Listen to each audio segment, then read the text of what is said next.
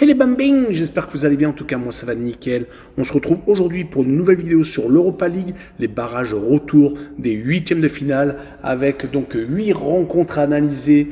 La Roma d'abord contre le FC Porto, ensuite Galatasaray contre les AZ Alkmaar, le Steaua Bucarest contre le PAOK Salonique, Bodo Glimt contre Twente, Victoria Pilsen contre Ferencváros, la Real Sociedad contre Midtjylland, Ajax d'Amsterdam contre l'Union Saint-Gilloise et enfin Anderlecht contre le Fenerbahçe Istanbul. En tout cas, n'hésitez pas à venir nous rejoindre sur le site VIP et les réseaux sociaux. Tout est à l'écran et en description. N'hésitez surtout pas à mettre vos pronostics, vos critiques positives ou négatives, votre petit pouce qui va bien pour faire monter la vidéo le plus haut possible. Et n'oubliez pas de nous rejoindre. On est en train de dépasser les 19 300. Merci encore.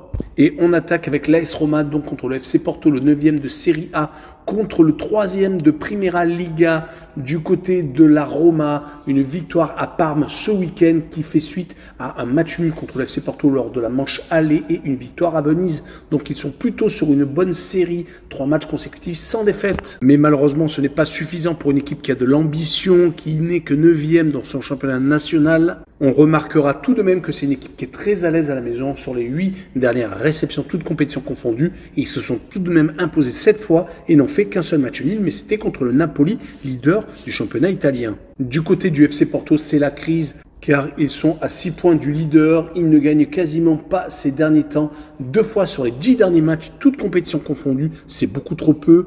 4 matchs nuls également et 4 défaites, seulement 2 succès sur cette période. Et les 2 succès ont été à chaque fois à l'extérieur. Mais sur cette rencontre, je verrai la Roma s'imposer 2-0 avec les Romains qui marquent le plus de 1,5 but sur le match et une cote à 1,91. On continue avec Galatasaray contre l'AZ Alkmaar, le premier du championnat turc contre le 5e du championnat batave. Galatasaray vient de s'imposer une fois de plus à l'extérieur. La 4e victoire sur les 5 derniers matchs, toutes compétitions confondues. Un seul revers par contre, c'était lors du match aller contre l'AZ Alkmaar où ils se sont fait étriller 4-1. Cela va être compliqué de redresser la barre. Mais tout est possible pour une équipe qui n'a perdu qu'une seule fois, toute compétition confondue depuis le début de la saison. C'était lors du tour préliminaire pour la Champions League, battu par les Young Boys de Berne 1-0. Depuis, beaucoup de buts marqués chez eux, mais il va en falloir au moins 3 de plus pour obtenir la prolongation. Devant l'AZ qui est actuellement sur une très belle série de 4 victoires consécutives, qui a réussi à s'imposer 2 fois consécutivement en championnat contre Willem II et contre Zwolle et également en Coupe des Pays-Bas. Mais leur 5e place est tout de même une déception. Ils peuvent tout de même obtenir une place en Coupe d'Europe, se rapprochant de la 3e place à 3 points seulement.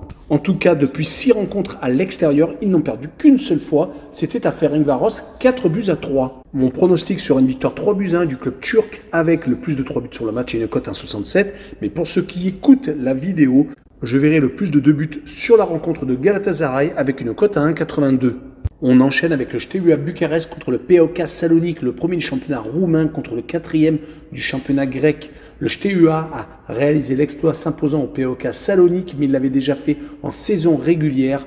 Ils ont 3 victoires consécutives actuellement, 2 en championnat et donc une en C3. Ils sont même sur une belle série d'invincibilité qui remonte déjà à 5 rencontres, mais une seule défaite sur les 9 derniers matchs, toutes compétitions confondues. C'est plutôt intéressant. À la maison, c'est une équipe qui s'est tout de même inclinée 2 fois sur les 10 derniers matchs, mais c'était contre Manchester United en C3 et contre l'Université Craiova, mais en coupe. Ils vont jouer contre une équipe du PAOK qui s'est rattrapée après sa défaite au match aller, qui a gagné 7-0 en championnat contre l'Amia, un mal classé grec. Les résultats sont tout de même assez contrastés. 3 défaites sur les 5 derniers matchs, mais en championnat grec, leurs 2 dernières rencontres se sont soldées par 12 buts marqués et 0 encaissés. On notera qu'à l'extérieur, en C3 pour l'instant, ils ont tout de même eu 3 grosses défaites, mais c'était 3 gros bras, la Real Sociedad, Manchester United et Galatasaray.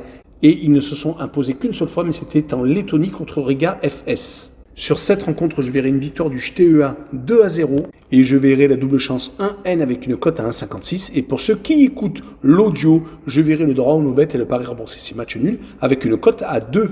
On poursuit avec Bodo Glimt contre Twente, le champion de Norvège qui est actuellement en trêve hivernale, qui joue contre Twente qui est 6e du championnat batave. Bodo Glimt alterne actuellement les matchs amicaux et les matchs de C3. Ils se sont malheureusement inclinés donc contre Bodo Glimt, mais sur les 3 derniers matchs qu'ils ont joués, ils ont perdu 2 fois et ont fait un seul petit match nul et c'était à Nice. Il faudrait qu'ils retrouvent le goût de la victoire, mais rappelons qu'en C3, lors de la phase régulière, 3 victoires et une seule défaite contre Karabakh, sinon ils se sont imposés contre Porto, Beşiktaş et le Maccabi Tel Aviv, donc Twente est tout à fait dans leur corde, même si le 6e d'Eredivisie est actuellement sur une belle série, avec 4 victoires et 2 matchs nuls sur les 6 dernières rencontres. Mon pronostic sera une victoire 2-1 d'équipe à domicile, avec le plus de 2,5 buts sur le match et une cote à 1,61.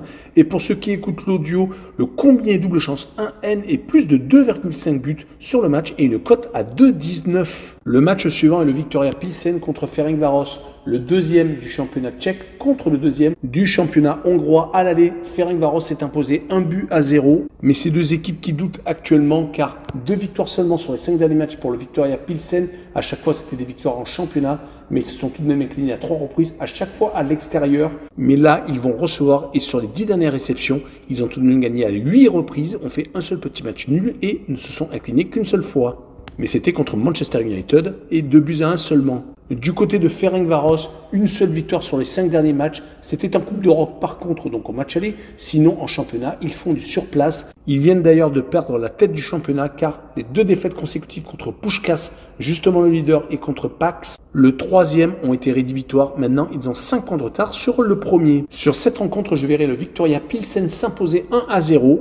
Et je verrai la combinaison double chance 1N et moins de 3,5 buts sur le match avec une cote à 1,55. Et si vous avez envie de tenter, pour ceux qui écoutent l'audio, je vous donne le 1N et le moins de 2,5 buts sur le match avec une cote à 2,09. Le match suivant est la Real Sociedad contre Midtjylland, le 11e de Liga contre le 2e du championnat danois. À l'aller, les Espagnols ont fait le boulot, s'imposant 2-1, mais cela a été quand même assez compliqué. Malheureusement, donc en championnat, les Basques viennent de s'incliner 3-0 au Betis de Séville, n'étant pas dans une super position pour aller rechercher une Coupe d'Europe. Mais en tout cas, en C3, ils se donnent les moyens d'espérer de passer au moins au 8e de finale. Ils avaient gagné 3 fois donc avant le match Betis de Séville, s'imposant à la maison contre Osasuna et contre l'Espagnol, que ce soit en Coupe du Roi ou en Liga, et donc s'imposant à l'extérieur au Danemark. Du côté de Midtjylland, ils ont une trêve hivernale qui a été meublée avec les matchs amicaux et bien entendu la C3 où ils avaient eu 2 bons résultats pour finir la phase régulière. Une victoire à Ludogorets en Bulgarie et également un match nul contre Fenerbahçe.